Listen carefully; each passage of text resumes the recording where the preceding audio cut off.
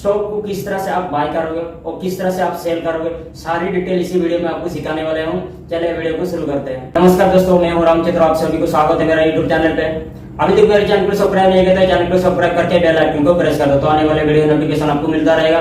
तो आज मैं सिखाने वाला हूँ तो आप स्टॉक को किस तरह से बाय और सेल करोगे, उसके वजह से आप किस तरह से ट्रेडिंग और इन्वेस्ट कर पाएंगे इसमें। चलिए ये सारी डिटेल इसी वीडियो में आपको सिखाने वाला है। तो एक ग्रोअप्स थ्रो से मैं आप लोग को समझाने वाला हूँ। तो मैं ग्रोअप्स ओपन कर लेता हूँ। तो ग्रोअप्स को ओपन करने के बाद तो थोड़ा टाइम वहां पे लगा, तब तो मेरा लॉक हुआ है, तो मैं लॉक ओपन कर लेता हूँ। तो वहां पे देखो, तो वहां पे ओपन करने के वहां पे देखो स्टॉक पे मेरा आ गया है। तो स्टॉक के ऊपर मैं आपको समझाने वाला किस तरह से बाय और सेल किस तरह से करोगे। तो वहां पे जो मोस्ट ट्रेड ऑन ग्रोअप्स, तो जो ग्रोअप्स के थ्रू से जो स्टॉक को ज्यादा ट्रेड किया गया है, तो वहां पे वही शो कर रहा है। वहां पे 4 स्टॉक आपको देखने को मिल रहा है ना। तो वहां से मैं एक स्टॉक को मैं क्लिक करता हूँ, टाटा मोटर पे ऊपर मैंने क्लिक किया है। तो इसमें आप किस तरह से बाय और सेल करोगे ये मैं आपको डेमो के लिए मैं दिखा रहा हूँ। तो इसी तरफ से ही आप कर सकते हो। तो चले, तो हम वहां पे नीचे जो आ रहा है ना ऑप्शन बाय और सेल, नीचे 2 ऑप्शन आ रहा है। तो इसमें क्या होता है ना, अब कभी भी कुछ लोग बोल रहे हैं कि भाई मेरे पास तो स्टॉक है ही नहीं, तो मैंने फर्स्ट टाइम मैंने इन्वेस्ट कर, तो मैंने स्टॉक मार्केट पे आया हूँ, तो मुझे को पहले बाय करना चाहिए कि सेल करना चाहिए। तो ये चीज आपको पहले फैसला करना चाहिए। तो आपको क्या करना चाहिए, पहले हम बाय करेंगे पहले हम सेल करेगा। तो उससे पहले आपको फंड ऐड करना पड़ेगा। आपके पास अगर बैलेंस ऐड नहीं है तो डीमैट अकाउंट पे पहले आपको फंड ऐड करना चाहिए। उसके बाद आप ना ट्रेडिंग कर पाओगे, इसमें ट्रेडिंग करो कि इन्वेस्ट करो। चलो वो भी मैं आपको बल सिखाऊंगा। तो पहले हम वहां पे 2 ऑप्शन आ रहा है, तो कब हमको सेल करना चाहिए, कब हमको बाय करना चाहिए, तो वही पहले हमको सीखना चाहिए। तो हम जब भी मार्केट नीचे जाने का चांस रहता है, जिस तरह से आपको लग रहा है कि मार्केट नीचे जाएगा, जो वहां पे अभी वहां पे डाटा नंबर देख रहे हो, तो अभी मार्केट क्लोज है इसलिए इसका ग्राफ नहीं चल रहा है। जब मार्केट क्लोज रहता है ना, तो ग्राफ क्लोज रहता है, तो मार्केट जब ओपन रहता है ना, तो उसी टाइम में आप ट्रेडिंग कर सकते हो।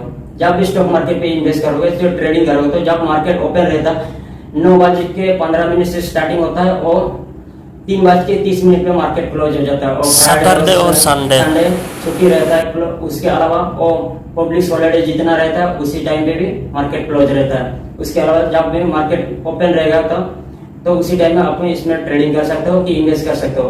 तो ट्रेडिंग और इन्वेस्ट दोनों अलग ही है, वो भी मैं आगे आपको सिखाऊंगा।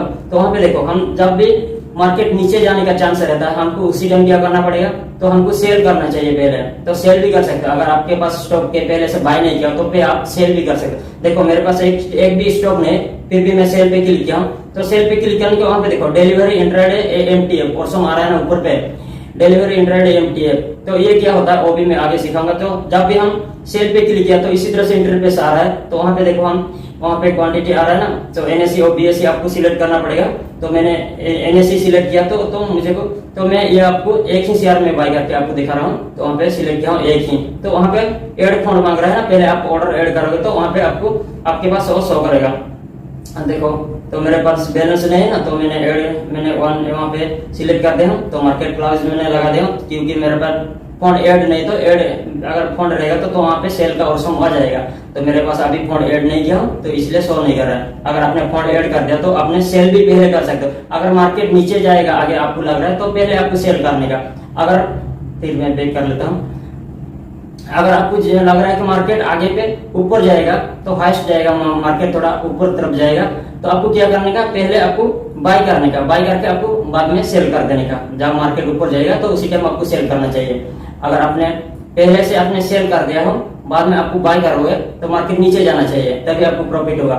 जब आपने पहले से बाय कर दिया हो, उसके बाद आपने सेल करना चाहिए तो उसी टाइम पे मार्केट ऊपर जाना चाहिए, तभी आपको प्रॉफिट होगा, नहीं तो आपका लॉस ही जाएगा। ये 2 चीज आपको ध्यान पे देने का। तो चले, तो आगे हम बाय पे क्लिक किया, दोनों तरफ इसी तरफ से इंटरफेस आएगा, बाय करो कि सेल करो, तो इसी तरफ से आपको शो करेगा। तो वहां पे देखो डिलीवर, इंट्राडे और एमटीएफ, ये तीनों चीज क्या होता है ना, पहले आपका टाटा मोटर आ रहा है, एनएससी बीएससी, तो ये एक्सचेंज होता है उसी के थ्रू से। जो स्टॉक हमने बाय कर रहे हैं ना, तो एनएससी और बीएससी के थ्रू से हमको एक्सचेंज होकर हमको मिलेगा, जो हमका डीमैट अकाउंट पे आएगा।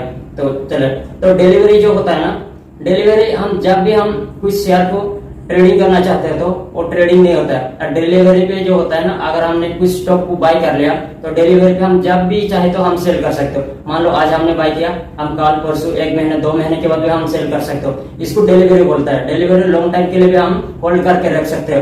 तो इसको जो इन्वेस्ट हो गया, और ट्रेडिंग की जो होता है ना, वो इंट्राडे पे होता है ट्रेडिंग, और एमटीएफ होता है ट्रेडिंग। तो ये दोनों होता है ट्रेडिंग और डिलीवरी भी। अगर एक अगर आपने आज ही बाय कर दिया और आपने मार्केट क्लोज होते पहले ही आपने सेल कर दिया तो एक ही दिन पे वो डिलीवरी नहीं होगा, वो इंट्राडे पे ही चला जाएगा। आपने अगर डिलीवरी सिलेक्ट किया हो, अगर आपको लगता है कि मार्केट प्रॉफिट पे जा रहा है तो आपको प्रॉफिट निकालना है इनका, तो एक ही दिन पे तो आपको इंट्राडे पे ही वो हो जाएगा। अपन पहले डिलीवरी भी सिलेक्ट करके रखा, बाद में आपने एक ही दिन पे बाय करके सेल कर दिया, वो इंट्राडे हो जाएगा ऑटोमेटिकली, वो इंट्राडे पे ही जाएगा क्योंकि आपने एक दिन पे बाय किया, एक दिन पे ही सेल कर दिया, वो इंट्राडे है।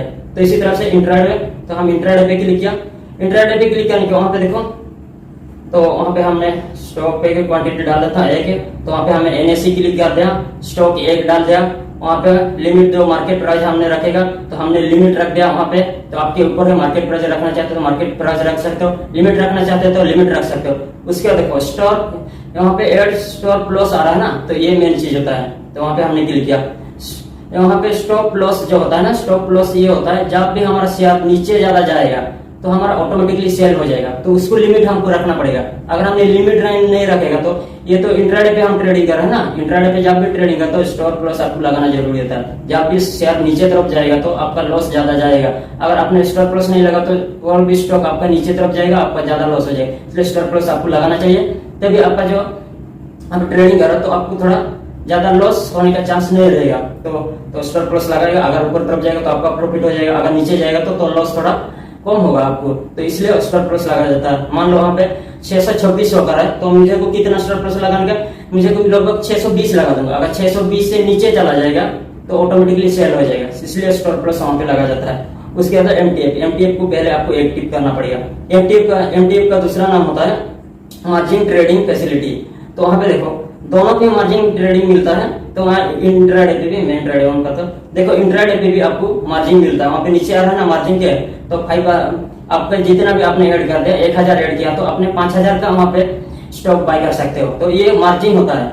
और जब भी आप लॉस हो जाएगा तो अब पूरा का ही लॉस होगा, इस बात को आपको ध्यान में रखने का। ज्यादातर लोग ये करते कि भाई हमको मिल गया वहाँ पे, वो जो आपको मिल रहा है ना डीमैट अकाउंट के थ्रू से, वो आपको लोन की तरफ से आपको मिल रहा है। अब जब भी लॉस कर देगा, जब मान लो आपने 1000 इन्वेस्ट किया हो, यहाँ पे 1000 के लिए आप ट्रेडिंग कर रहे हो, वहां से और 5000 आपको मिल गया, तो आपने जब भी वहां पे लॉस हो जाएगा 5000 का, पूरा आप 1000 से काट हो जाएगा, जितना भी लॉस हो जाएगा वहां से ही काट हो जाएगा।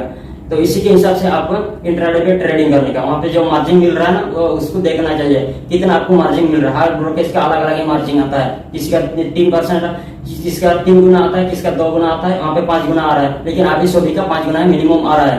तो एमटीएफ क्या होता है, एमटीएफ का जिस तरह से मैंने बोला, एमटीएफ का दूसरा नाम होता है, तो यहाँ पे मैंने आप लोग को दिखाता हूँ, एमटीएफ का था मार्जिन ट्रेडिंग। तो इंट्राडे पे आपकी जब भी ट्रेडिंग कर रहे हो और शॉर्ट टाइम के लिए है आप ट्रेडिंग कर सकते हैं, एक दिन पे ही।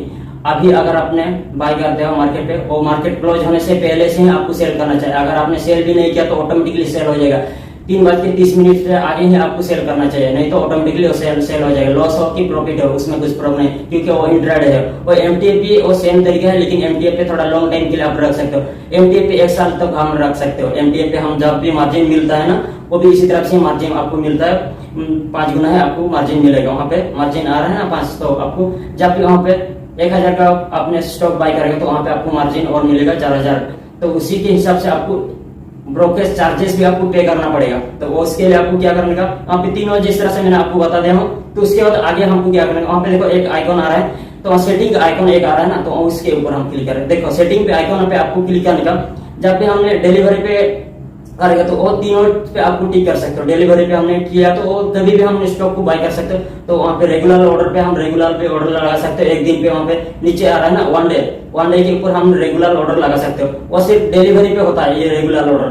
तो इसको ध्यान पे रखना, ये जो रेगुलर ऑर्डर लगाते हैं ना, वो तो एक दिन के लिए वैलिडिटी रहता है रेगुलर ऑर्डर पे, वो भी डिलीवरी पे। उसके बाद हमने इंट्राडे पे क्लिक किया, इंट्राडे पे क्लिक करने का, वहां पे क्लिक करने के बाद वहां पे देखो एसएल आ रहा है ना, एसएल ऑर्डर, तो वो भी एक ही दिन आपका रहता है। इसमें आपने तो टारगेट प्राइस पे आप रख सकते हो, एक दिन पे कितना टारगेट तो अपने प्राइस बाय करना चाहते हो, तो उसी टारगेट आपने लगा सकते हो एक दिन पे अंदर। तो उसमें और एक चीज वहां पे डिलीवरी पे रहेगा, तो वहां पे देखो, तो वहां पे क्लिक करते हैं, तो वहां पे 1 ईयर के लिए हम अगर हमने करना चाहते हो 1 ईयर के बाद हम जब डिलीवरी पे हमने शेयर को बाय करेगा, डिलीवरी पे बाय करने के लिए हम तो लॉन्ग टाइम के लिए हमारे पास टाइम रहता है ना, कभी भी हम बाय कर सकते, कभी भी सेल कर सकते। लेकिन हम 1 साल के अंदर स्टॉक जब नीचे जाएगा, हमको लगता है कि ये स्टॉक अभी 613 वहाँ पे शो कर रहा है, लेकिन हमको लग रहा है कि जब 500 आएगा तभी हम स्टॉक बाय करेगा, तो हमने यहाँ पे तो सेट करना पड़ेगा। वहाँ पे नीचे आ रहा है ना GTT ऑर्डर, तो वहाँ पे आपको सेट करने का, उसके बाद 1 ईयर करने का, वहाँ पे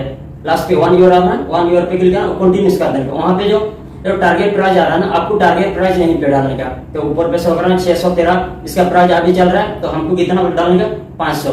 तो जब भी 500 आएगा 1 साल के अंदर, जब भी 500 आएगा तो हमारा स्टॉक बाय हो जाएगा, उसी टाइम में बाय हो जाएगा।